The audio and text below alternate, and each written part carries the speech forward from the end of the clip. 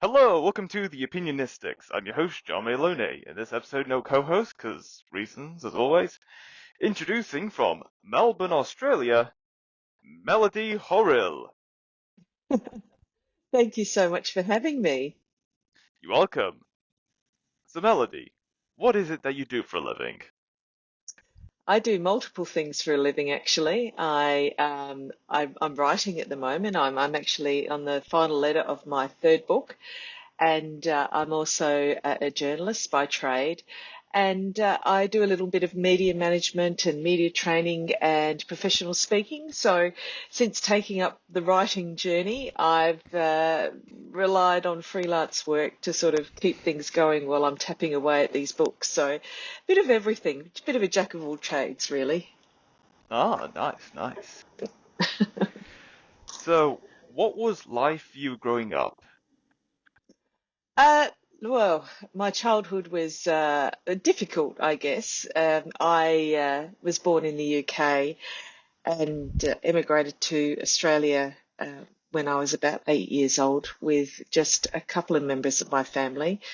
My childhood was one that was really racked by domestic violence at home. So my mother and father had a very violent relationship, and when there wasn't outright fights, there was a lot of simmering tension within the house. So it wasn't a particularly happy environment to grow up in.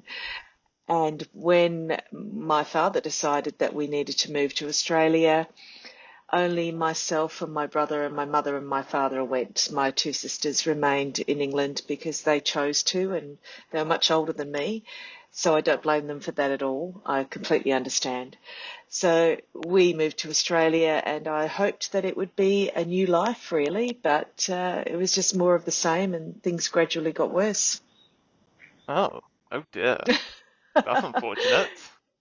Well, yes, it is, but it's also made me the person I am today. So I've actually learnt a lot from that whole experience. And as I got a little older, I obviously left. Well, I was forced to leave home, really. And I ended up having an amazing journey with a wild solitary dolphin that really taught me a lot about myself, which is the subject of my memoir, The Dolphin Who Saved Me. So from that, I learnt an awful lot and I grew a lot. And I wouldn't be the person I am today, and I certainly don't consider myself a victim. I've learnt a lot, and it's made me a stronger person and a person that wants to share stories with the world. Yeah, absolutely. Mm. Yeah. So, So I was going to ask you, what inspired you to become an author, writer, and/or journalist? the journalism part, I started a not-for-profit in Southern Australia to raise awareness about the dolphins after having an extraordinary relationship with them over several years. And that led to a position reporting as an environment reporter. So it wasn't something that I actually and really ever thought I'd end up doing. I sort of fell into it because I was on television a lot talking about the dolphins and the environment, and that led to a career reporting on TV. So it suited me really well. And I'd always wanted to write as a young girl. I didn't have the self-confidence to do it, didn't feel that I had the skills to do it, and I had to leave school quite early. And it wasn't until later that I went back and completed my schooling and got myself into university. But um, yeah, I'd always loved reading as a kid. It was a way for me to escape the situation at home, and I'd curl up in a nook, in a tree nook outside with my favourite book, and I'd escape into fantastical worlds, and that was a way for me to remove myself from the situation. And I just grew up loving reading, really, and never thought I'd be a writer, but circumstance put me in a position where I became a journalist and an environment reporter, and then I ended up doing several documentaries, or mostly about environmental issues, actually. And I had always wanted to write my memoir because I felt that I had a story to share with the world, and I hoped that it would help raise the awareness about dolphins, and also help other people realise that there's always light if you try and find it out of awful situations. So I basically left my full-time job in 2021 to focus on writing my memoir, and I gave it a crack, as we say here in Australia. I just tried, and I was lucky that I had a good mentor who helped me along the way, and I was amazed when I landed a publishing contract here in Australia, and then the book was published overseas late last year, so it's gone around the world, and I'm really quite proud of that, and I do hope it achieves what I hoped it would set out to achieve. And of course, writing that book has, I guess, reignited this latent, this dormant passion of mine for, during the lockdowns here in Melbourne, I decided to write a fantasy, which I'd sort of dreamed up as a little girl, really. And I thought, well, I just would love to try that. So I did. I wrote it. And then that was picked up by an American indie publisher, 12 Willows Press.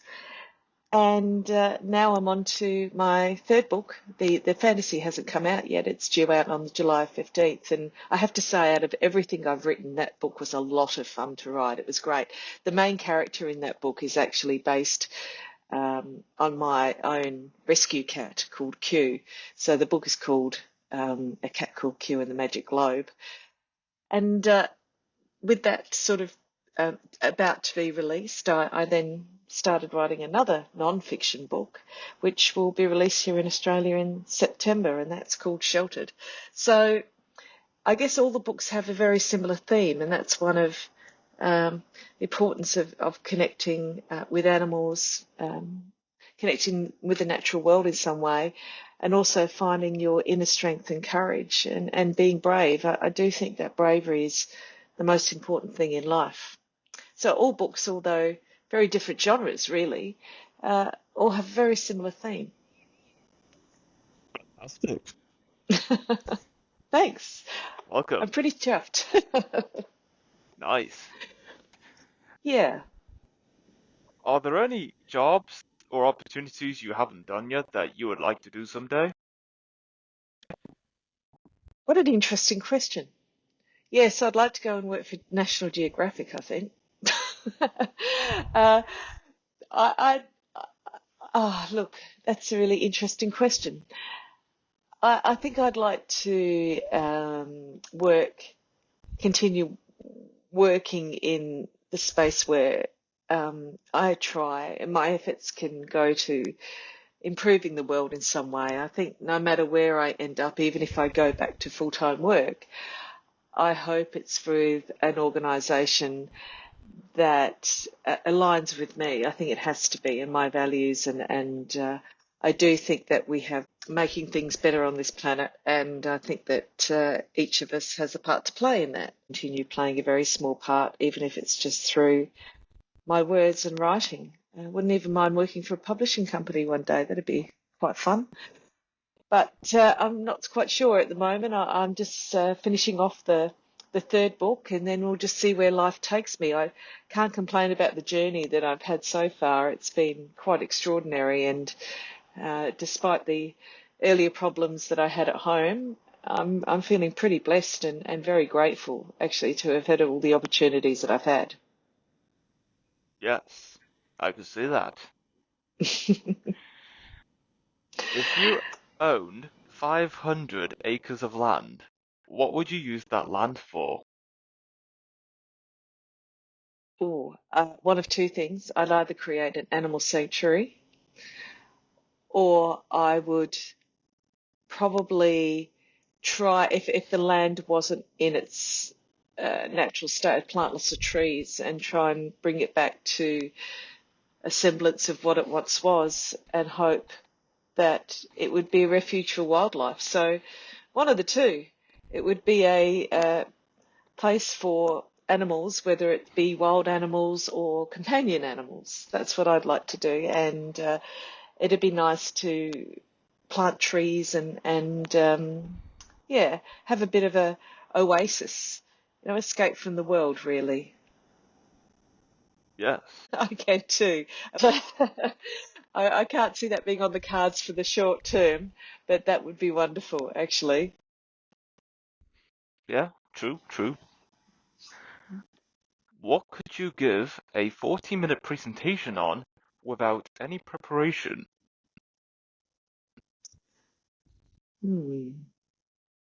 Dolphins, probably. I've actually learnt a lot about dolphins over my life and the marine environment.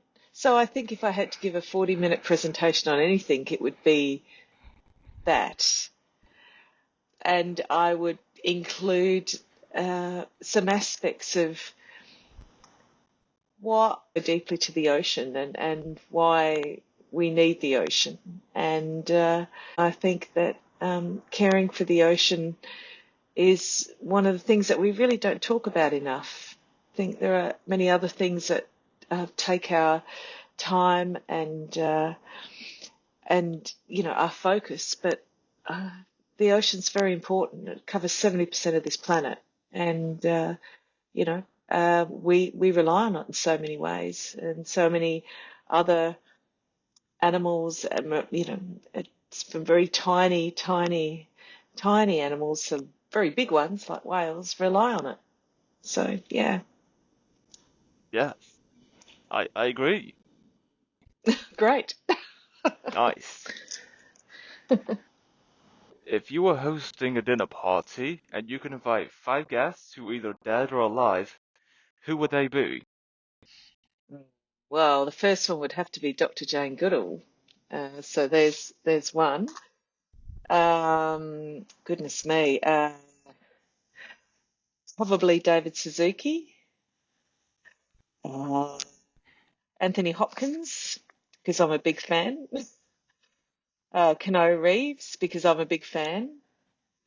Um, and Gandhi, probably. So how many is that? One, two, three, four. Yeah, and Gandhi. I think that would be my preferred guest list. Ah, very, very well done. If you could live anywhere in the world, where would it be?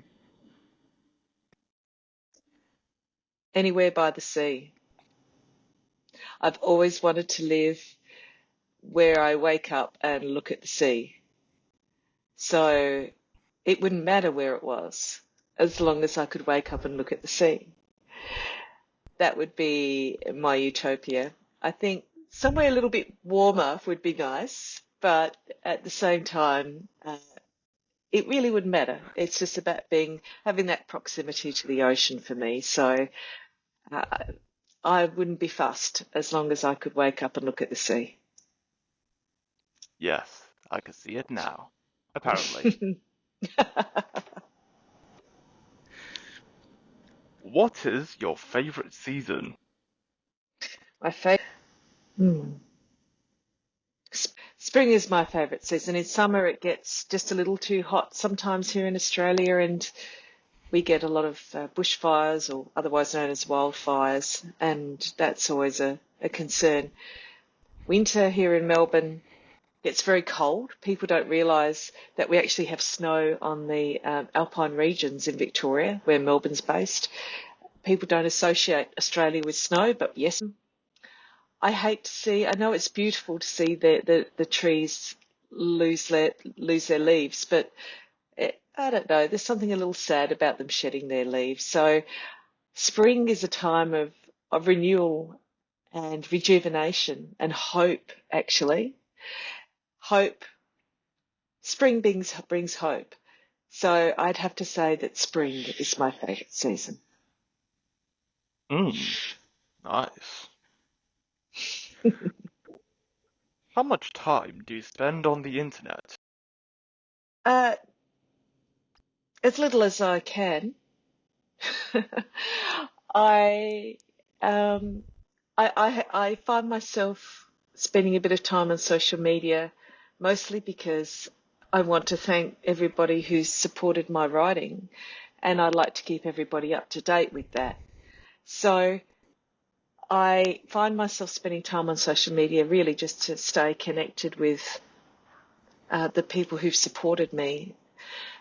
And I think that the internet is both good and bad. I think that it makes it much easier for us to find information and research things. But at the same time, I'd much rather be talking to you in person, for instance, than like this. I prefer the face-to-face conversations, and I prefer to pick up the phone and call somebody. Maybe that's a little old-fashioned of me, but I do believe that it's important that we keep those connections and not just rely on machines to do it for us. Yes, I definitely agree with that. If you could see one movie again for the first time, what movie would that be? Hmm. Um, there's so many good ones. I think one of my favourite movies of all time is probably Groundhog Day. I really like Bill Murray. I'm a big fan. And I was actually a weather presenter for a period of time in my life. I presented the weather on television. And when I first saw that movie, I laughed and I laughed because I completely resonated with the character.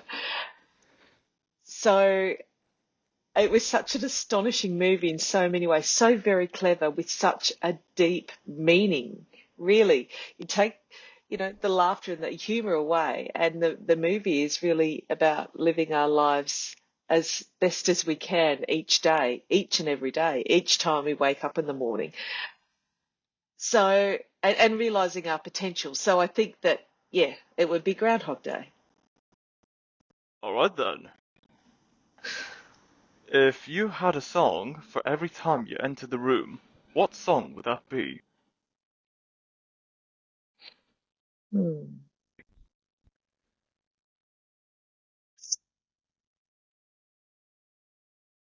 It would probably be Sailing by Christopher Cross because I love spending time out on the ocean, and he manages to capture the mood of being on the ocean and seeing the albatross and the whales so perfectly. It's such a beautiful song, and he evokes this sort of sense of tranquility and peace. So I think that would probably be it. I'm not sure everyone would agree with that. Some people would probably say I need something a little bit, um, uh, you know, uh, a bit boppier and a bit louder, but I don't agree. I think Sailing Christopher Cross would be a good option. Fair enough, fair enough. What would you do if you found out you won the lottery? Jump for joy. Yes, I would. I'd jump for joy. And I think that the first thing I'd do is go and buy myself a nice bottle of champagne and celebrate. And then, yeah, buy that place by the ocean, perhaps. And then a big parcel of land that I could, you know, allow animals to be on. So, small boat would be okay. Okay, fair enough, fair enough. Speaking of which, actually, if you were going to sail all across the world, what would be the name of your boat? I think I'd have to call my boat Jock. I know boats are supposed to know how to sail, actually. I once owned a share in a very small yacht. So I've spent a lot of time sailing over the years. But I think I'd still call the boat Jock after the wild dolphin who uh, completely changed my life. Ah, I see. Who was the funniest person you've met?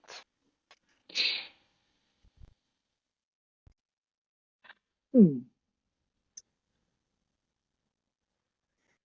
I think it was probably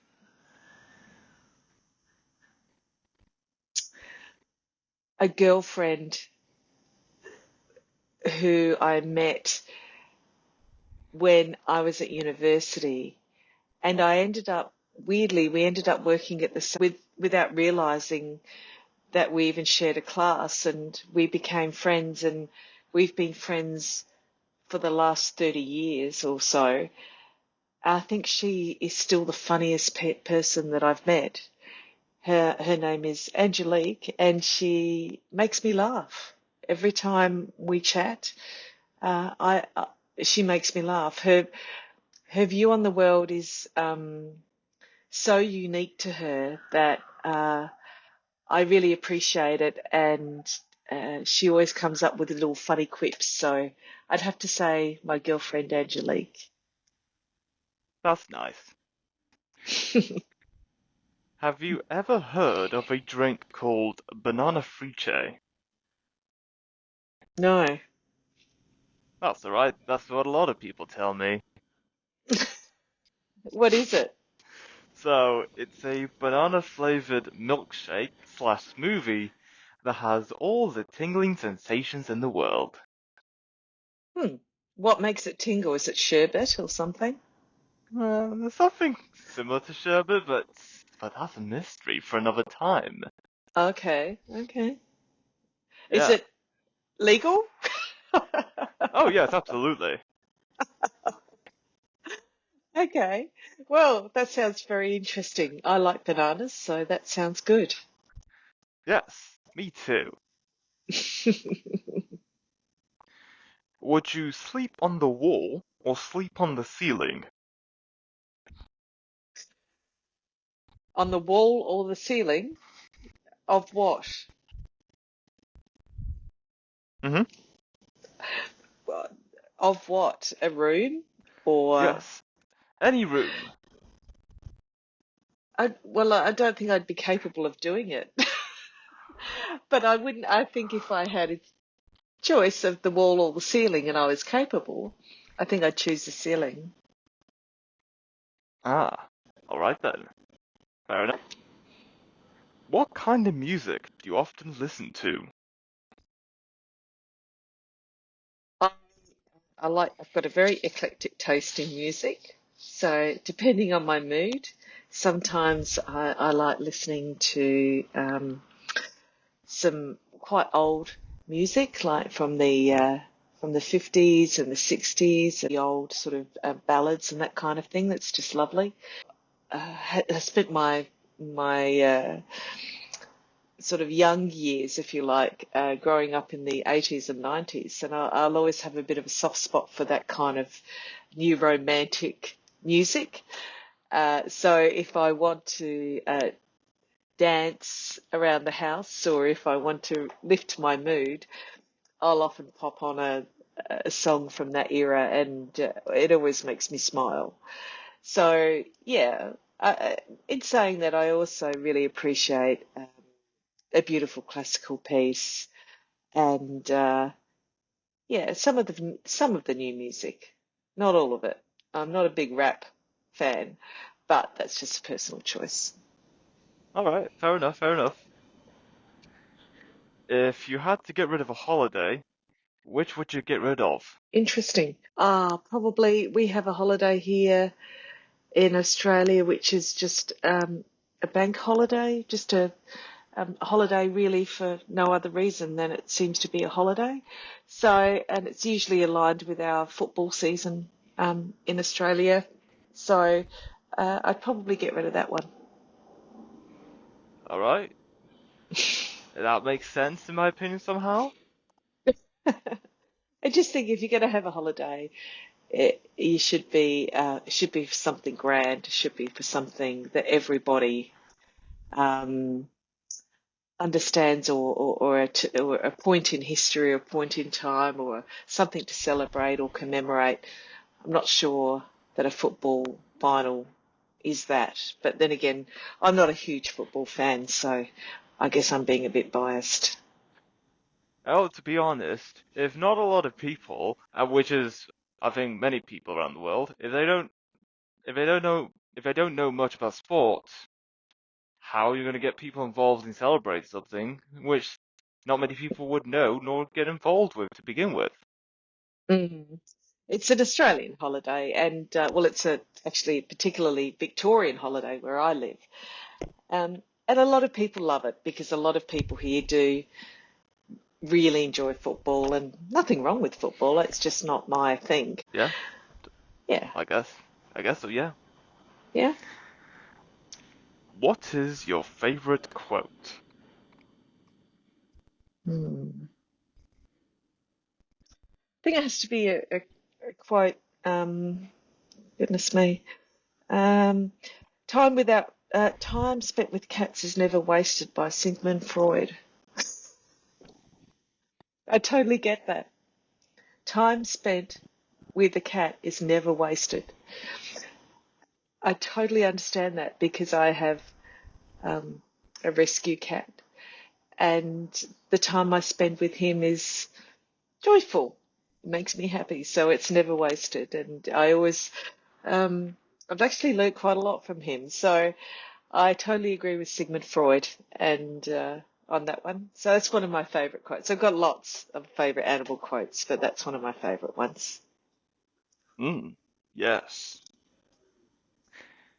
Would you rather speak all languages or talk to animals? Talk to animals. Yes, I thought so.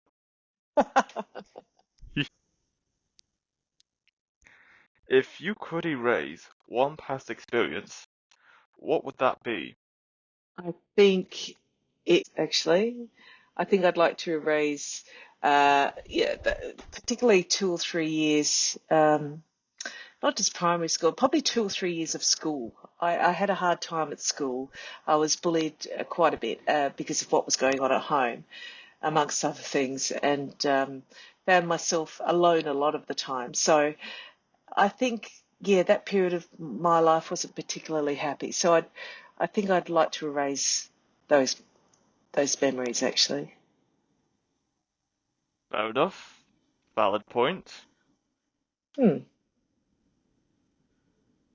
But of course, we all had our rough times.